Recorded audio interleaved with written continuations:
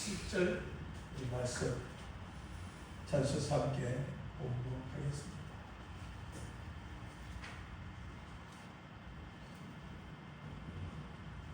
(438쪽) 찾으시면 되겠습니다.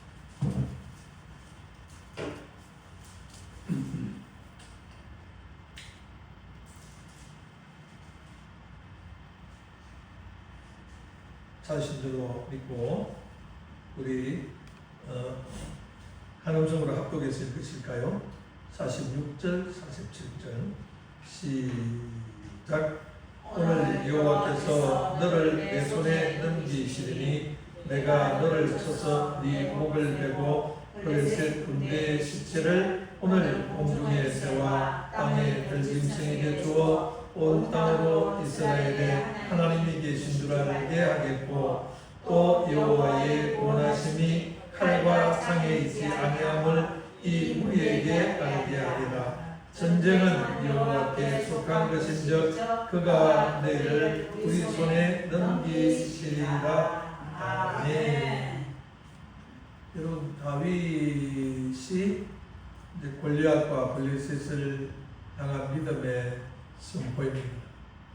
이 믿음의 선포할 것을 하나님께서 미리 다윗을 예비하시고 사무엘을 통하여 다윗을 기름 부으시고 하나님의 나라를 세우고 이스라엘 통일 왕국을 이루기 위하여 하나님은 다윗을 미리 17세 초립동의 때에 다윗을 부르십니다.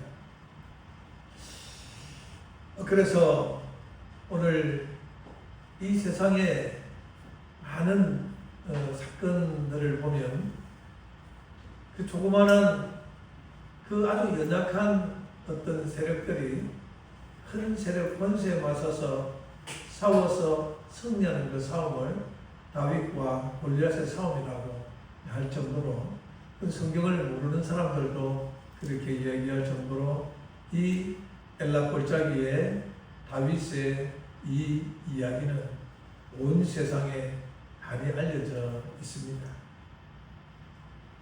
그리고 오늘 우리가 이 말씀을 다윗의 이야기를 우리 마음에 담고 우리 조국 대한민국의 현실을 한번 살펴보면서 우리가 움직이지만 그 움직임의 모든 주관은 하나님께 속한 것이라는 생각을 우리가 하게 됩니다. 그래서 여러분, 우리가 움직인다고 내가 나가서 외치고는 이런 어떤 자만심이 있어서는 절대로 참 안 되겠다는 생각을 참 많이 해봅니다. 지금 많은 그 리더가 앞장선 사람들이 국민들이 호응을 해주고 또 주위에서 자꾸 지켜 세워주고 하다 보니까 자신도 모르게 매니즘에 빠져가지고 자기가 잘나서 그렇게 된 것처럼 그렇게 변질이 되어가는 것을 보게 됩니다. 그리스도인의 삶은 변화의 삶입니다. 그럼 절대로 우리가 사단의 손에 붙들려 변질되는 삶을, 그런 신앙을 살아서는 안 되겠습니다. 지금 우리가 6.25 사변 이후로 가장 큰 심각한 위기를 맞고 있다고 합니다. 그것은 6.25 사변이 그만큼 우리나라의 위기였음을 말해주고 있습니다. 그런데 우리가 6.25 사변의 그 스토리를 가만히 보면 그 속에서도 하나님의 기적의 역사는 계속되어 왔다는 것을 알 수 있습니다. 그러니까 이 믿음을 가지고 하나님의 말씀을 알고 하나님의 역사심을 알고 이 역사의 주인이 하나님이라는 것을 아는 사람들은 물론 안타깝고 답답한 마음을 가질 수 있지만 하나님을 생각하면 소망이 있게 되는 것입니다. 6.25 사변이 1950년 6월 25일 날 일어났습니다. 우리는 초등학교 때부터 이 1950년 6.25를 귀에 못이 박히도록 들었습니다. 이 방공 교육을 참 철저하게 받았습니다. 이 교육이라는 것은 백년지 대계라고 하지 않습니다. 그러니까 이 사단은요, 이 교육이라는 것을 굉장히 잘 활용을 합니다. 이스라엘이 망할 때 무슨 장군입니까? 티토 장군인가를 통해서 이스라엘이 완전히 함락되고 모든 사람이 죽음을 당할 때에 이스라엘이 사람들이 항복을 하는데 하나 조건을 내걸은 것 여러분 아시죠? 요세푸스를 읽어보면 그 애들이 공부할 수 있는 유대 학당을 지켜달라. 그 조건이었습니다. 바로 교육이거든요. 이스라엘이 다 멸망하고 다 죽였는데 그 유대적 교육이 살아있기 때문에 오늘날 이스라엘이 있습니다. 사단은 그걸 알거든요. 우리가 나는 공산당이 싫어요. 그 아이 이름 이성복 어린이 지금도 기억하고 그 책에도 너무 그게 어린 마음에도 얼마나 사무쳤는지 야 공산당 저는 완전 악마구나 악마 집단이구나 그렇게 교육에 세뇌가 딱 되는 거예요. 근데 그것을 한 사단은 우리 한국 교육계를 이 진지전이란 표신하지 않는 벽돌 한 장, 진흙한 움큼, 모래 한 점 그렇게 자세히 사가는 이 진지전이란 이 결학을 통해서 전교조 교육을 통하여 지금 50대 초반까지 전부 다 전교조 교육을 통하여 반공사상은 이미 없어져 버린 지 오래고 여러분 육군 사관학교에서도 6.25가 남침이 아니고 북침이라는 것을 뭐 30%인가 50%인가 그렇게 하고 있다. 이게 망해가는 징조입니다. 그러나 완전히 다 망한 것 같은 이스라엘도 그 유대적 그 토라의 성경 교육을 통하여 하나님 신앙으로 지금 저렇게 일어선 것을 보지 않습니까? 저는 그래서 이스라엘 사건이 좀 나면 유튜브를 철저히 찾아봅니다. 여러분 그 이란과 그 요르단 같은 경우는 그 전투기로 미사일로 폭격해가지고 그들이 항복해내는 그런 것을 볼 때 얼마나 통쾌한지. 그러면서 미리 그 지역 사람들에게 대피하라고 알려주잖아요. 근데 하마스 같은 사람들은 그 무리는 정말 악의 무리죠. 그 병원 학교를 진지 삼아가지고 학생들을 꽉 막아놓고 저들은 지하로 대피해 있고 그러니까 지하의 중요 시설을 파괴하지 못하게 하는 거예요. 그래가지고 파괴하면 그 이스라엘에 있던 사람의 이야기를 들어보면 그래가지고 그 죽은 아이의 엄마나 아빠가 그거를 들고 사진을 찍는 것을 이게 좌파들을 뚫어서 그런 사진만 자꾸 나오니까 백성들은 미혹이 되고 현혹이 되고 세뇌가 되고 이야기가 좀 잠깐 다른 데 흘러가시죠. 1950년 6월 25일 새벽 몇 시 올해가 6.25 71주년입니다. 벌써 71년이나 지나갔음에도 불구하고 아직도 우리는 휴전 상태거든요. 전쟁 중입니다. 근데 누구나 알다시피 6.25 전쟁은 우리가 질 수밖에 없는 전쟁입니다.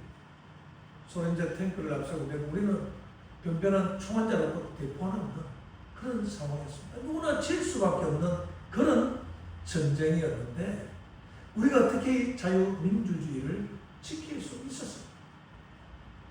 역사를 보면 그것은 온전한 하나님의 놀라운 능력의 역사였다는 것을 우리는 알 수 있습니다.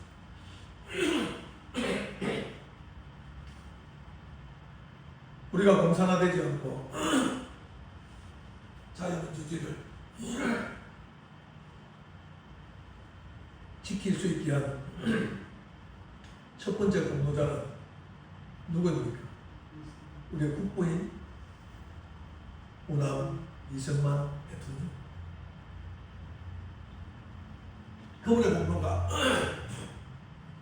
절대적이었다는 것을 우리 모두는 알고 있습니다. 당시 우리 이승만 대통령과 쌍걸 이뤘던 백본 김구 선생, 그도 민족의 지도자라고 하죠. 그런데 안두희 시에서 비격을 당해서 죄송합니다. 사망을 했습니다. 근데 만약에 그 당시 백본 김구 선생이 우리나라의 대통령이 되었다면 우리나라에 이렇게 자유민주주의가 될 수 있었어요. 좀 조심스러운 이야기입니다만 제가 아는 지식으로는 백본 김구 선생은 약간 좌파 성향이 있었던 분으로 알고 있습니다.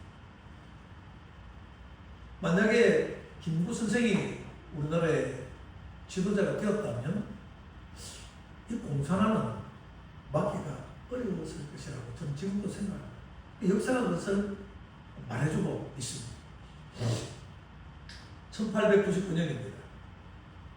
이승만 대통령은 당시 우리 구한말 고종합례 때에 그 나라가 이래서는 안 된다고 요즘으로 쿠데타죠. 그래서 그 반란을 주도하는 주도자가 되어서 참 똑똑했답니다. 이 한성 감옥에 사형운동으로 한성 감옥에 갇혀 있을 거예요. 그 갇혀 있었던 모습을 여러분 상상이 되는 우리 TV 보면 늘 사극 보면 옥에 갇혀 있는 사람들 보면 목에 칼을 찬다잖아요. 긴 나무를 가지고 손까지 해가지고 그런 영의 몸이 되어 있었는데 선교사들이 그 당시에 참 이게 복음이라는 게 신기해요. 하나님 능력이 있습니다. 선교사들이 와가지고 그 한성 감옥에 복음을 전하기 시작합니다. 이 조선말로 번역된 한국 성경을 줍니다. 여러분 이승만 대통령이 청년 이승만이 그런 감옥에 갇히지 않았다면 그런 갈급함이 있지 않았다면 그가 그 복음을 받아들인 예수님 믿으면 구원을 받는다. 그 기나 솔깃 했겠습니까? 지식적인 자기 똑똑한 사람들은 자기는 매너줄에 빠져가지고 자기의 딱 좋아하는 거 보고 교회를 잘 안 보잖아요. 특히 자칭 나는 세상에 죄도 짓지 않고 의롭게 살아가는 사람이다라고 하는 사람이 우리 주위에 있잖아. 우리 가정에도 그런 사람 한 사람씩 있거든. 너는 죄도 너 바르게 살아가는데 내가 무슨 죄인이야? 그런 사람들에게 참 복음 전하는 사실 참 힘듭니다.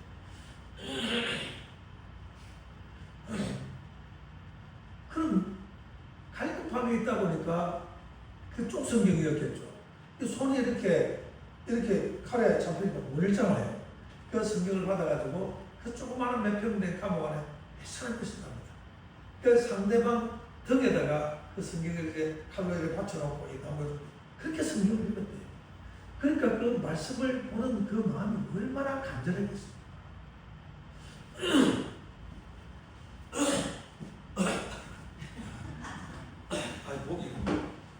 목이 아직 목이 메여가지고 이 나라와 민족을 생각하니까 내가 목이 메여가지고 여러분 이게 지금 우리가 이 간절함이 참 필요합니다. 마태복음 5장 2절에 제가 늘 자주 사용하는 예수님의 설교의 첫 일성 심령이 가난한 자가 복이 있나니 천국이 그들의 것입니다 했습니다. 5장 2절인가 마태복음 5장 2절에 보면 예수님이 이 땅에 오셔서 설교하는 첫 설교 일성에 첫 마디가 심령이 가난한 자는 복이 있다 했습니다. 여러분 그 심령 즉 거기에서는 이제 마음 십자가 들어가죠. 마음의 영이 뭐냐면 이 혼입니다. 혼. 부식해. 그 혼이 갈급한 자 그런 뜻입니다. 무엇에 갈급합니까? 하나님. 네. 그러니까 하나님의 말씀에 갈급한 자, 그 말씀으로 그 심령을 채우고자 하는 자가 복이 있다고 했습니다. 그러니까 하나님의 말씀으로 내 심령을 채워 넣으면 이 모든 것이 해소가 되니까 천국을 경험할 수 있고 천국을 누리며 살게 된다. 성경 그렇게 말씀하시고. 그러니까 청년 이승만이 하나님의 말씀을 그렇게 읽다 보니까 어느 한순간에 성령을 받게 되고 예수를 믿게 된 것이죠. 그래서 예수 그리스도를 영접하고 성령을 받아서 놀라운 사건이 일어나기 시작합니다. 한성 감옥에 당시 요즘처럼 감옥 위생이 좋을 때 빗대, 여름 있는 모기 여러분 밥은요 그 당시에 우리 김준호 목사님 일표를 보면 보리밥을 주는데 쌀반 모래반 같았대요. 보리반 모래반 그만큼 그 밥을 6개월 정도만 먹으면 이빨이 다 싹아서 다 빠질 정도. 그 당시 우리 참 무한말에 우리 한국 상황이, 조선 말기 상황이 참 그렇게 어려웠다고 합니다. 그런 상황이 되다 보니까 청년 이성만이 성경을 읽다 보니까 예수 그리스도 저분이 아무 죄도 없이 저렇게 십자가를 지셨구나.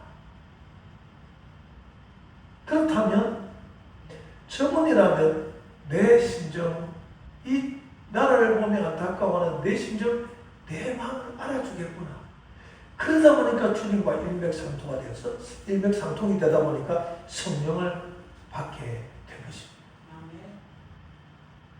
여러분 지금 우리 나라를 생각하면 우리가 얼마나 억울합니까? 우리 윤석열 대통령을 무스탄 대사가 뭐라고 그랬습니까? 영혼이라고 그랬죠. 영혼. 자기 자신을 버려서 나라를 구한 사람입니다. 지금 우리 모두가 소식을 들으면 정말 안타깝습니다. 나라가 지금 한성 감옥에 억울하게 갇혀있는 청년 이승만과 똑같은 마음을 다 가지고 있을 것입니다. 이제 그 당시에 우리나라에 예수 믿는 사람이 딱 40명 정도 되었다. 근데 그 40명은 전부 다 백정, 천민, 최하층 백성들이었다 그래요. 근데 그 당시 70층으로서는 최초로 청년 이승만이 예수 그리스도를 영접한 사람. 다시 말해 양반으로서 첫 번째 교인이 되었다. 그래서 그 청년 이승만은 그 감옥 안에서 이제 사형을 언도받았으니까 그런데도 희망을 버리지 않고 선교사들을 통하여 보내주는 책을 가지고 영어 공부를 했대요. 근데 얼마나 똑똑하냐면 여러분 6개월 만에 이거를 완전히 돌파를 했다고 합니다. 그래가지고 영어 교사를 할 정도로 영어를 가르칠 정도로 그렇게 똑똑했대요. 여러분 누가 6개월을 공부를 해가지고 영어를 이렇게 가르칠 만한 사람이 누가 있겠습니까? 천재가 아니면 안 되거든요. 그러니까 우리 이승만 대통령을 천재라고 했다. 제가 왜 지금 이런 이야기를 하느냐. 그런 인생의 우리 역사 속에, 자만일 속에 이 나라와 민족을 세울 수 있는 하나님의 기적의 역사가 흘러가고 있다는 것을 우리가 간파를 해야 된다.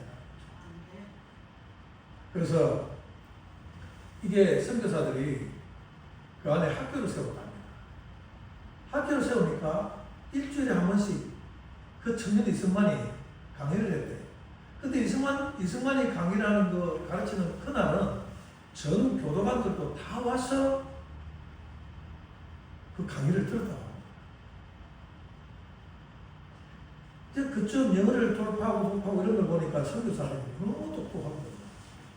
그러니까 이제 선교사들이 이제 고종 황제를 이제 돕고 지켜주던, 편들어주던 그 선교사들이 그 당시 이제 역사를 보면 민비가 시해되고 고종 황제가 굉장히 위협을 받던 그런 시절이었어요. 그래서 선교사들이 총을 가지고 그들을 지켜주고 그랬대요. 고종 황제를. 그러다 보니까 이제 고종 황제와 친해지다 보니까 고종 황제에게 우리가 소원이 하나 있다.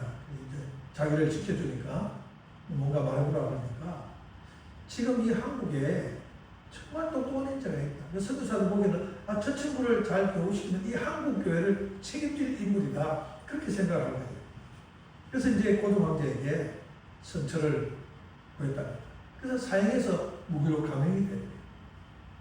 그러자 선교사님들이 이제 계속해서 그를 구원할 이제 그걸 운동을 했겠죠. 그러면서 이 청년 이승만에게 정치, 경제, 율법, 법 이런 책들을 계속 알아서 뭐 할 일이 뭐 있어?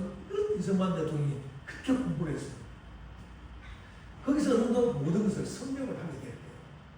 여러분 누가 생각납니까? 요셉. 포티발 장군의 아내 누명을 쓰고 왕의 제수를 갖추는 전옥에 맞춰가지고 거기에서 정치, 경제, 사회, 문화 모든 것을 설명하게 됐어요. 이 하나님께서 하나님의 사람을 그 성경적인 그 말씀을 따라서 이렇게 키워가시는 것을 우리는 볼 수 있습니다. 그러다가 러시아와 일본이 러일 전쟁이 터지잖아요. 러일 전쟁이 터지니까 포도 왕자 가보니까 러시아가 이기면 우리가 러시아의 속국이 될 거고, 일본이 이기면 일본의 속국이 될 것 같은 거예요. 그래서 선교사라고 엄밀히 짜고 이건 역사의 비하인드 스토리입니다. 아마 그런 기록이 되어 있을 거예요. 지금 러시아와 일본보다 더 강한 나라가 어디냐? 그곳에 우리가 도움을 청해야 되겠다. 비밀리에 비밀 특사를 보내가지고. 그래서 이제 그렇게 하려니까 어느 날 미국입니다. 미국 선교사들과 언어를 합니다.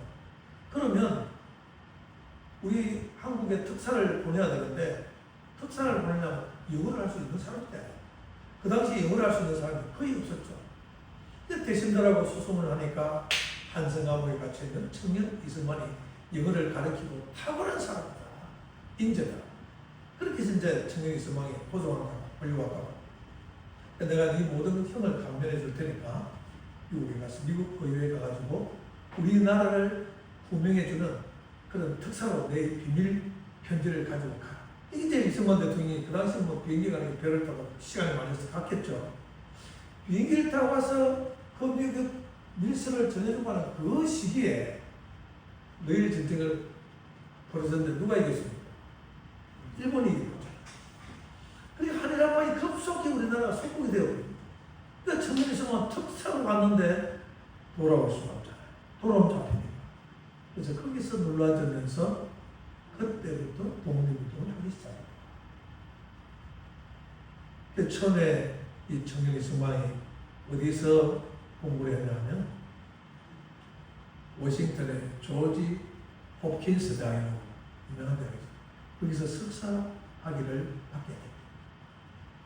그리고 다시 하버드대에 합격해가지고 거기서도 석사학위를 받고 프린스턴대에서 프린스턴 거기에서 박사학위를 받았습니다.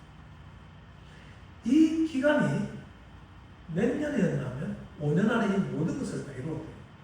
그래서 그 미국 그 사회 속에서도 이 한국 청년 이승만이 천재라고 합니다.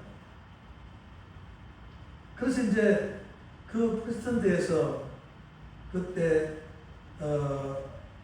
그 이승만 대통령을 지도하던 그 논문을 박사 논문을 지도하던 지도 교수가 윌슨이랍니다. 윌슨. 나중에 우리나라 전쟁 당시에 윌슨 대통령이 그분이 대통령이 됐잖아요. 그 대통령의 그 지도를 받아서 박사 논문을 썼던 학생이 바로 이승만 대통령이었던 것입니다. 그리고 그 프린스턴대에서 그때 이승만 대통령을 구원하기 위해서 본회가 이렇게 조직이 되었다고 합니다. 그런데 이제 그 나중에 윌슨 대통령이 돼가지고 이승만이 쓴 논문을 가지고 국회 연설할 때 자기가 정책을 어떻게 하겠다 하는 그 정책을 그 국회에서 연설할 때 반영을 할 정도로 그 이승만 대통령 논문이 탁월했다고 합니다. 그래서 이승만 대통령이 그 이승만을 보고 윌슨 대통령이 당신 너 제자니까 너 한국에 가지 말고 내가 대학 교수를 시켜줄 테니까 우리 미국에서 교수하면서 편하게 살아라. 그러니까 이승만 대통령 말이 아닙니다. 내가 교수를 하게 되면 조국의 해방 운동하는데 어려운 방해가 됩니다. 그렇게 교수직을 사양할 정도로 사양했다고 해요. 그러니까 하나님이 택한 사람은 우리가 아까 찬양을 쭉 불렀지만 세상의 것을 절대로 탐하지 않습니다. 그 하나님만을 바라봄에도 불구하고 하나님이 권세와 누름과 모든 위기 속에서 벗어날 수 있는 놀라운 은혜를 하나님께 주시는 것입니다. 여러분, 그리고 그때부터 청년 이승만이 외치는 것. 공산당은 망한다. 공산당은 절대로 망하게 되겠다. 그렇게 그 운동을 했대요. 여러분, 1917년 그 레닌이 그 혁명을 일으켜가지고 소련이 공산당이 됐잖아요. 그런데 그 당시에 이제 2차 대전 때 소련과 미국이 연합해가지고 독일을, 그 나치를 물리쳤잖아요. 그러니까 그때만 해도 공산당에 대한 이미지가 그렇게 나쁘지 않았고. 근데 공산당 소련하고 자꾸 연합하고 이런 것을 보고 이승만 대통령이 그 정치적 영향이 있는 사람들에게 당신들 그렇게 하면 안 된다. 그렇게 하면 앞으로 당신들 이 나라 백성과 청년들이 무수 희생된다. 이제 그 사람들이 왜 그렇게 하냐, 왜 그러냐고 자꾸 물어보니까 공산당은 하나님을 부정한다. 그리고 분명히 인류에 해를 끼친다. 첫 번째는 하나님 주신 자유를 빼앗기 때문에 그들은 안 된다. 그래서 망할 수밖에 없다. 그리고 두 번째로 그들은 유물을 물질을 제일주의로 여기면서 그 물질을 하나님보다 더 섬기기 때문에 하나님을 부인하기 때문에 공산당은 공산주의를 접목시키면 반드시 망해야 돼요. 반드시 망할 수 있어요. 그럼 그때 전 세계 지식인들 중에 제일 처음으로 이승만 대통령이 공산당을 이제 폄하하면서 공산당은 분명히 망한다. 그렇게 했다. 그래서 미국 지도자들이 정신 차렸다 하신 거예요. 나중에 큰 포 다친다. 이제 그렇게 반공주의자가 되다 보니까 이게 이제 일제시대를 거쳐서 이제 미군이 이제 혼정을 하게 되잖아요. 혼정을 하게 되는데 이제 이승만 대통령이 입국을 해가지고 지도자가 돼야 되는데 미군정에서는 그 이승만 대통령을 절대로 못 들어오게 하고 왜 못 들어오게 하느냐. 그 당시에 이 군정에서 국민 여론을 조사했습니다. 조사를 하니까 약 70kg가 나와서 약 78%가 공산주의를 하면 좋겠다. 압도적이었습니다. 그러니까 반공주의자인 이승만이 들어오면 나라가 좀 시끄러지니까 미군정에서 이승만을 못 들어오고 방해됐대요. 그런데요. 이 하나님의 역사를 우리가 보면 기가 막힙니다. 이 스토리가 이 부분을 해도 이야기를 디테일하게 하면 한 시간 걸릴 거예요. 내가 프린스턴 대학에서 이승만을 위한 그 한국 군회를 만들었다 했잖아요. 그 군회를 만든 군회 회장이 이승만을 굉장히 사랑했다. 그런 군회를 만들었겠죠. 근데 어느 날 결혼하는 청년 이승만을 부르면서 내 딸이 얼마 전에 결혼했는데 사위가 참 너하고 만나면 이 신앙적으로도 그렇고 이 정치적으로도 그렇고 잘 맞을 것이다. 자기 사위를 소개시켜준 거예요. 그가 누구냐면 더글라스 메가더 소령이었어요. 그 둘이서 만나보니까 이 인물은 인물을 알아본다. 두 사람이 얘기를 하니까 너무 잘 맞거든. 메가더는 이승만을 저 사람 앞으로 한국을 살겠어. 이승만은 메가더고 저 사람은 앞으로 미국을 이끌어갈 큰 지도자가 됐어. 이렇게 해서 40년을 큰 교대를 했다고. 정말 이승만이 시급정성으로 그러니까 이 하나님이 주시는 은혜를 주신 사람은 현실보다 미래를 앞을 내다보는 사람이었죠. 그래서 우리 그리스도인들 현재도 충실해야 되죠. 미래지향적 삶을 살아야 된다고 말하지 않습니다. 그러니까 이승만이 그렇게 미래를 바라보며 이 앞으로 훌륭한 지도자가 된 이 메가더와의 교류를 아주 끈끈하게 가지고 있었다. 이제 그런 좀 한국에 들어올 때좀 메가더 장군이 태평양 사령관이 돼요. 이 권력이 바꿔나잖아요. 그 메가더한테 직접 전화를 해가지고 내가 지금 조국 대한민국 들어가려는데 당신 나라 군정에서 나를 들어오지 못하게 막는다. 이것 좀 당신이 부하들에게 연락해서 좀 조치를 취해달라. 그러니까 조치를 취하는 것은 물론이고 메가더 장군의 전용 군용기를 딱 줘가지고 그 군용기를 타고 우리나라 김포에 도착했다. 이게 그 권력이 하나님의 역사가 얼마나 멋있습니까? 나라를 살리고 그렇게 해서 살린 나라인데 하나님 지금 전 좌파들 저 움직임에 나라가 여러분 하나님께서 망하게 하시겠습니까? 딱 들어보니까 여러분 지금은 우리 좌파 우파의 이 전쟁이 뭐 세대 전쟁이고 뭐 지금도 심각하다 하지만 그때만 해도 보면 좌파 우파에서 서로 암살하고 죽이고 수천 명이 그렇게 죽었대요. 그때는 뭐 지금 비하면 그때 비하면 지금은 뭐 아이들 소꿉 장난처럼 장난이죠. 그래가지고 이게 지금 제가 말하고자 하는 것은 하나님의 역사를, 하나님의 기적을 우리가 표시하지 않는 하나님의 기적을 우리가 보면서 우리 보면서 기도하자는 거죠. 그 당시 이게 우리 한국에 조선 공산당 당원이 몇 명이었냐면 100만 명이었죠. 100만 명. 그 당시로 어마어마한 숫자였습니다. 그 당원의 총책이 누구냐면 여러분 알죠? 박헌영이라고. 그 박헌영이가 굉장히 천재였대요. 굉장히 우리가 잘 돌아가요. 근데 이제 우리나라 건국이 되고 이제 대통령 선거를 할 때 좀 이제 되다 보니까 이 100만 명의 당원들을 이게 그러니까 저 사람들은 정의로 하는 것이 아니라 좌파들은 무슨 공산당들은 이걸로 물질을 채우다는 거죠. 그러니까 옛날에 일제시대 때 그 돈을 찍어내던 조선 정판사 그걸 이제 돈을 사가지고 그때 무슨 신문인가 해방일보라는 신문사를 차려가지고 낮에는 신문 인쇄를 하고 밤에 직원들 다 퇴근시켜 놓고 핵심 12명을 가지고 그 당시 100원짜리 좀 불려했거죠. 그걸 밤새도록 찍었다고. 그러니까 아침 새벽이 되면 그 초록에 한 초록을 실어가지고 그걸 전국적으로 보냈대요.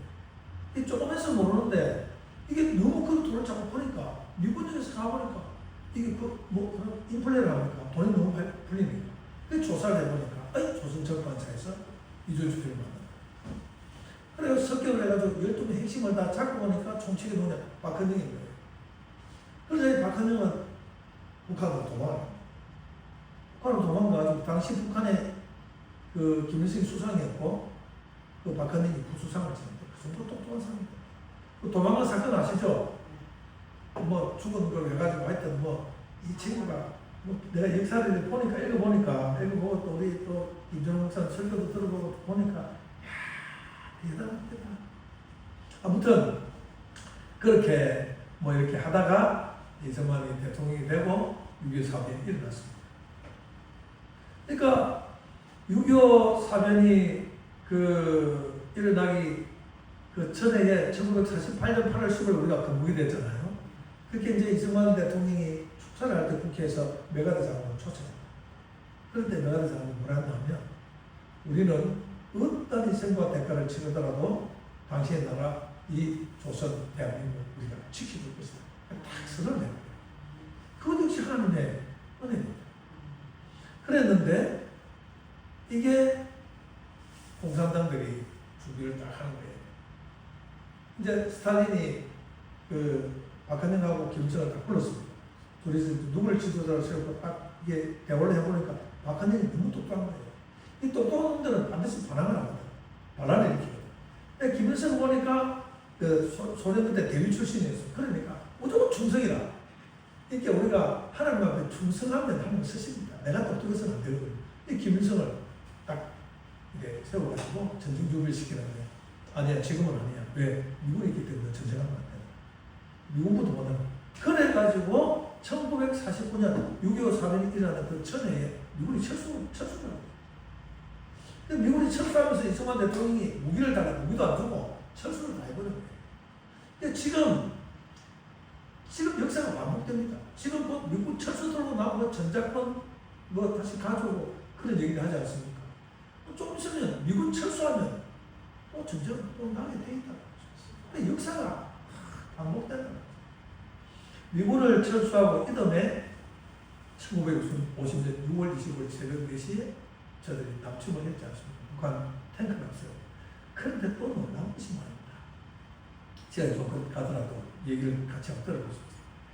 더 놀라운 것은 6.25 남침을 해가지고 이게 새벽 4시인데 이승만 대통령 보고가 몇 시에 들어가나? 아침 10시 반에 보고가 들어갔대요. 그 부서부터 비서실장으로부터 그 보고를 딱 받고 나온 게 이승만은 내게 1시간만 시간을 다 어떻게 해야 될지. 그리고 방을 들어서 1시간만 기도를 했다. 그런 시기에 기도를 했다는 것이 우리가 마지막 보는 전쟁은 하나님께 속한 것이다. 그러니까 믿음이 있다는 거죠. 믿음이. 보상 들어갔다. 1시간을 딱 기도하고 나온 후에 11시 반에 딱 나와가지고 비서실장을 통해 미국의 대사를 부르고 그때 대사가 무초대사고 우리를 도와달라. 우리를 도와달라. 그렇게 하고 측근들이 각각 평화를 가야 됩니다. 그래도 지금 한국군이 싸우고 있는데, 무기도 제대로 없는 한국군이 싸우고 있는데, 이 피난을 가면 되겠는가? 사이가 그래서 안 된다. 자기가 표구를 하고 있는데, 만약에 이제 저들이 지금 청와대까지 포격을 하고 대통령이 죽으면 나라가 망하니까, 우리는 전쟁은 이렇게 맡기고, 우선은 평화를 갖다. 그래, 이제 한강다리를 그때 폭파하고, 그래, 이승만 정부에서 가장 실수는 하나가 이 한강다리를 조금 너무 빨리 끌었다. 네, 그래가지고 수많은 사람들이 죽고, 그것 때문에 그 당시 말이 많았는데, 아무튼, 그래가지고 비난을 했습니다. 근데 북한군들이 서울을 3일 만에 완전히 점령을 다 해버렸거든요. 근데 이 사람들이 점에서 밀고 내려왔으면 그때 우리나라가 끝장났다고 합니다. 그런데 그들은 왠지 서울에서 3일을 먹고 마시고 3일을 쉬었다. 그 3일 쉬는 동안에 유엔군이 올 수 있는 시간을 벌었다. 근데 왜 3일을 쉬었겠습니까? 왜 3일을 쉬었는가? 이 사흘이 참 굉장한 의미가 있더라고. 스탈린이 김일성을 완전 수상으로 세우고 전쟁을 일으켰잖아요. 그런데 이제 이 박헌영은 자기가 만들어놓은 공산당은 100만 명이라는 당원이 있었잖아요. 그 당시 60만 명 정도 남아있을 때. 그러니까 우리가 전쟁이 필요할 것이 아니라 3일만 여유를 주면 전국 곳곳에서 이 지금 공산당원들이 봉기를 해가지고 유혈 사태 없이 전쟁은 승리를 할 수 있을 것이다. 그렇게 얘기를 했대요. 그런데 그 당시에 그게 봉기가 안 된 것이 하나는 은혜였는데, 이제 북한하고 그때는 남한하고 연락이 이제 너무 수준이 전쟁 강조를 하니까 소통이 잘 안 되었던 모양이에요. 근데 그 전에 이제 박헌영이가 미리 홍준표 비슷한 이름인데, 홍남표가 위원장에게 수류탄 만개를 모아가지고 6만 명의 당원을 가지고 당원들을 통해서 봉기를 일으키라. 근데 그 말을 듣고 수류탄을 4,000개까지 모았는데 이 발각이 되었대요. 발각이 돼가지고 간에 선거하고 여러 가지 사건이 참 많이 있었습니다. 하여튼 아무튼 발각이 돼가지고 그 당시 오제도 검사에게 내 이름을 적었는데, 오제도 검사에게 이 사람이 이제 잡혀간 거예요. 그래가지고 이 사람이 그 공산당 핵심 12명을 다 모아가지고 체장을 다 시킵니다. 그래가지고 이 세력들이 와해가 되면서 이승만 대통령이 그6.25 사변 일어나기 그 전에 1949년 12월 1일에 무슨 법을 만들었냐면 국가보안법, 국보법. 그래서 이 좌파들이 그 국가보안법을 처리하려고 그렇게 길을 쓰는 겁니다. 국보법을 딱 만들어 놓으니까 그때부터 반국가적인 그 세력들을 계속 소탕을 하니까 이 공산당원들이 힘을 못 쓰는 거예요. 근데 박헌영은 지시를 내려오니까 그렇게 지시대로 할 줄 알고 3일을 기다렸는데 아무 반응이 없으니까 다시 전쟁으로 남쪽 밑으로 밀고 내려오려고 하는데 유엔군이 들어온 거예요. 여러분, 그 사건을 보면서 하나님이 지켜주셨습니다.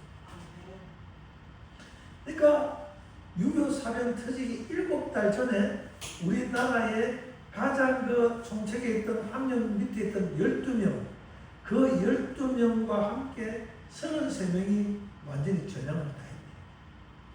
그리고 군, 경찰에 있던 사람들 290명도 전향을 했고, 이 가운데 나중에 예순 반란 사건이 있고 많이 있지만, 여러분, 우리가 기도하십시오.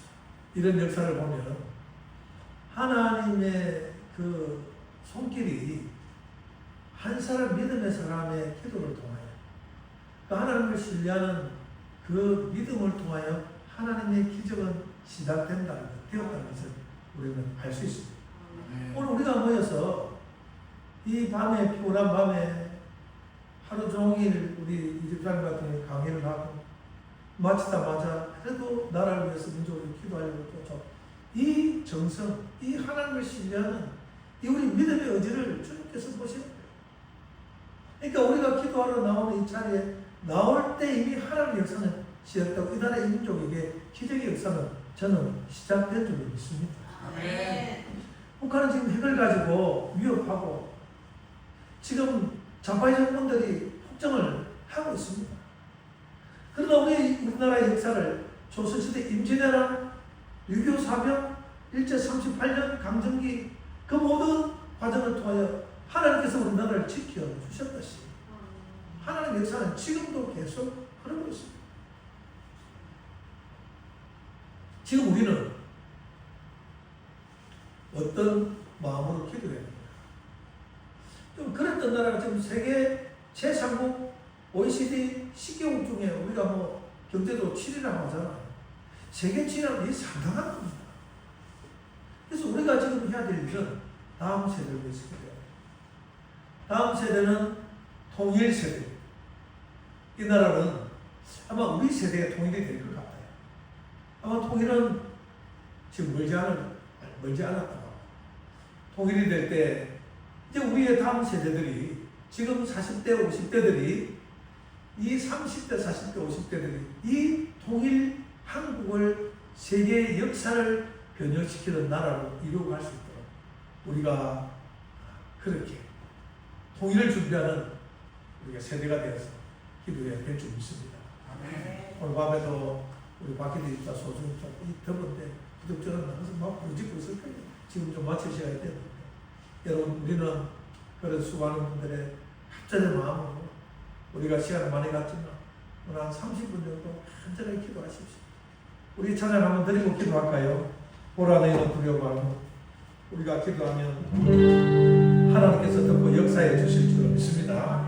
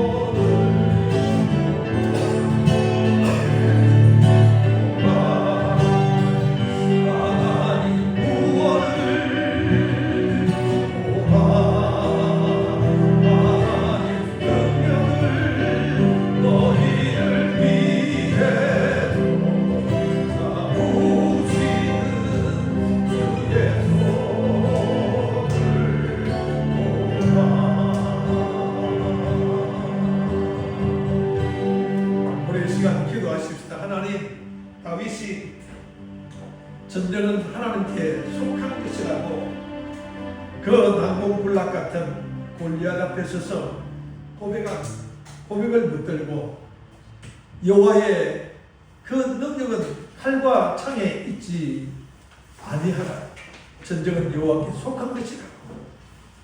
그렇게 고백하며 나아간 고백을 우리가 가슴에 담아 하나님, 우리가 어떤 일에도 두려워하지 않고 하나님을 향하여 올려드리는 기도가 능력 있는 기도가 될 줄로 믿으며 우리 하나님 앞에 기도하십시다. 하나님, 정치, 경제, 사회, 문화, 윤리, 도덕, 무너진 모든 것들이 하나님의 능력으로 때가 되면 새롭게 하시고 하나님 새롭게 일어나고 굳건히 세워지게 하여 주옵소서.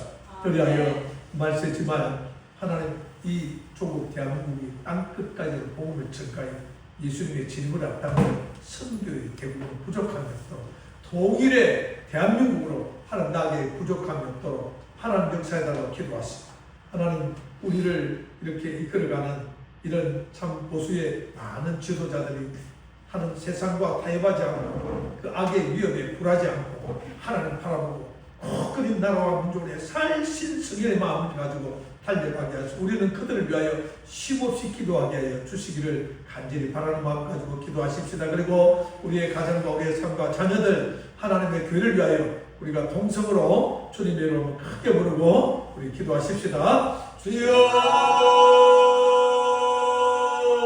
살아계신 우리 아버지 하나님 은혜를 감사합니다.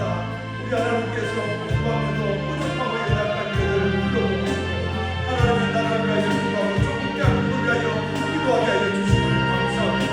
아버지 하나님 도와주옵소서.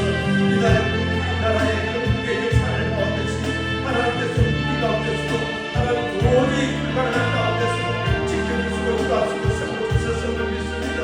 아버지 하나님 지금도 그렇게도 많은 믿음의 백성들의 그 부르짖음에 하나님 귀를 기울여 주시고 하나님 저들의 인생과 저들의 근신이 하나님 참으로 하나님께 상달하며 하나님 나라의 민족 세우는 동안 역사를 위한 분들이 우리 윤석열 대통령 장애 대통령 그 무속의 모든 권한을 내려놓고 이 나라와 민족의 위를 위하여 자신을 던져 하나님 이 모든 것을 시작하게 하고 하나님 밝히 드러나게 하고 저들의 언어를 하나님 모든 만천하고 온 세계가 알게 하니 하나님 그 근신 수고가 은밀히 알게 하여 주시옵소서.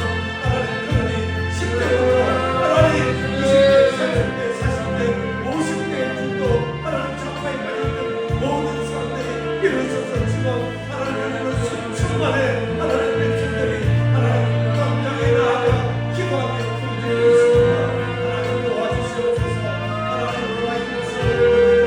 이 나라와 민족을 세워갈 수 있도록 하나님 도와주시기를 바라며 우리는 배워가고 있는 하지만 우리 주 예수 그리스도의 십자가를 붙들고 우리의 공부와 능력을 자며 성령의 능력이 있고 성공하며 성령을 외치며 하나님의 공의를 가지고 하나님 십자가를 붙들고 기도하며 나아갑니다. 하나님 오늘 우리 윤석열 대통령 하나님 구속이 되지 않도록 세계 여러분들을 모아주시고 하나님 국의 트럼프와 행정